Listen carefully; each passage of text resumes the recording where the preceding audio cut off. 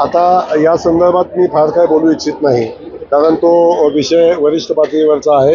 Ticket वाटपावर बोलण्या इतपत किंवा युतीच्या धोरणाबद्दल बोलण्यासंदर्भात मी एवढा तो मोठा कार्यकर्ता मी नाही. मी पक्षाचा कार्यकर्ता म्हणून काम करत असताना आपल्या सगळ्यांना मी एवढंच सांगेन की युतीनं जी आपण 3 पक्षाची युती आहे, त्या युतीनं अजून कोणताही उमेदवार जाहीर केलेला नाही.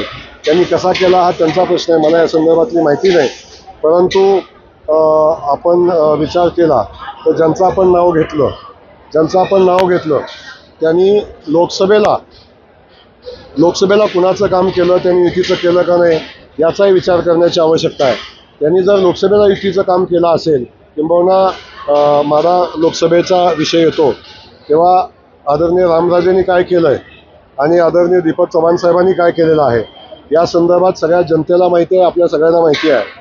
आणि कुणाचं तिकीट आधी जाहीर व्हावं, कुणाचं किती तिकीट व्हावं, की मला वाटतं की मला नाही वाटत की ज्यांचं तिकीट जाहीर झालेलं आहे, ज्यांनी जाहीर केलेलं आहे त्यांच्याकडून ते उभे राहतील त्यामुळे मला शंका आहे. त्या विषयावर मी फार बोलणार नाही.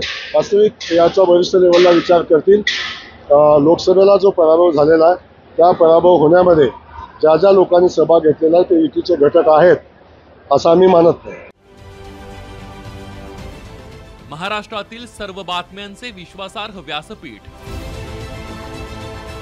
सकाळच्या सर्व सोशल मीडिया प्लॅटफॉर्मला लाईक, फॉलो आणि सबस्क्राईब करा. तसंच सर्व नोटिफिकेशनसाठी बेल आयकॉन प्रेस करायला विसरू नका.